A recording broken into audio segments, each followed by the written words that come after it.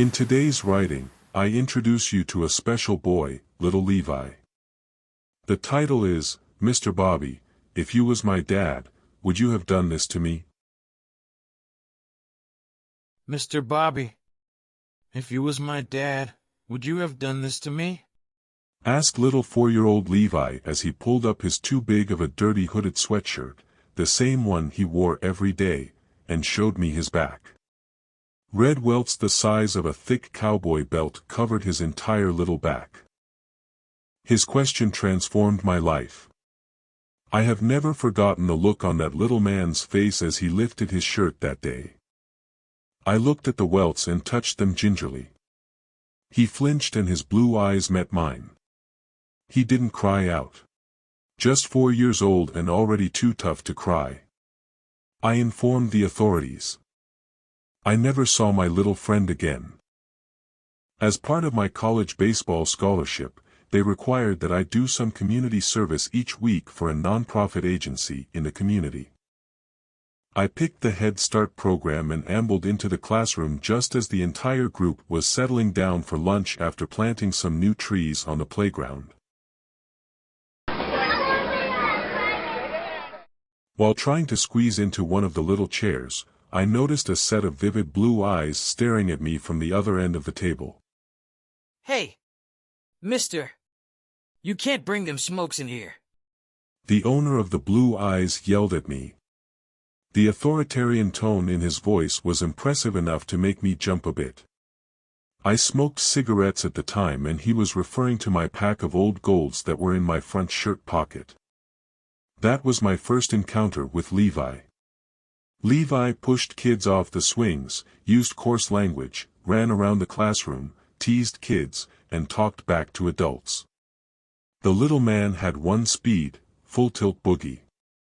He was always in trouble. We made huge block structures together. I read him stories, carried him on my shoulders, and we played kickball. His favorite thing was when I pushed him and the other little cuties wildly on the merry-go-round as they squealed with delight. Levi and I became great pals.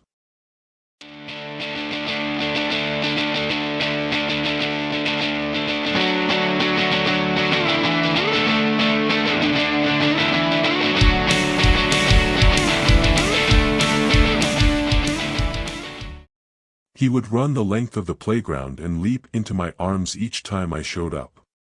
To this day, I recall those brilliant blue eyes and I wonder what happened to the little man.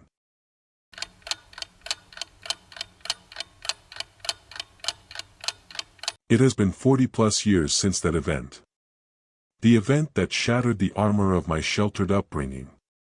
Levi showed me another part of life when he revealed his battered back. Levi taught me to look out for the underdog. I became alert to signs of abuse in all my other jobs.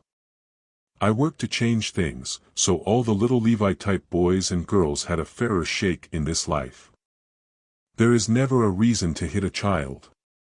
Despite what you might hear as you go through life, never give in to the ancient and false myth that claims hitting kids is for their own good. That is an evil lie. There are many ways to teach and model discipline, for nobody enjoys being around unruly children. But hitting them, slapping them, beating them with belts, or spoons, or electrical cords, or whatever is not one of the ways. When you hit a kid, you teach them many things like: the world is a cruel place.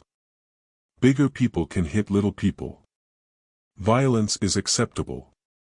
You can never trust anyone. Our babies, our toddlers, our kindergarten kids, our grandkids, all of our children, are precious treasures. They are wonderful gifts and should be treated with unconditional love, kindness, compassion, and respect. They are not property. Hold on now.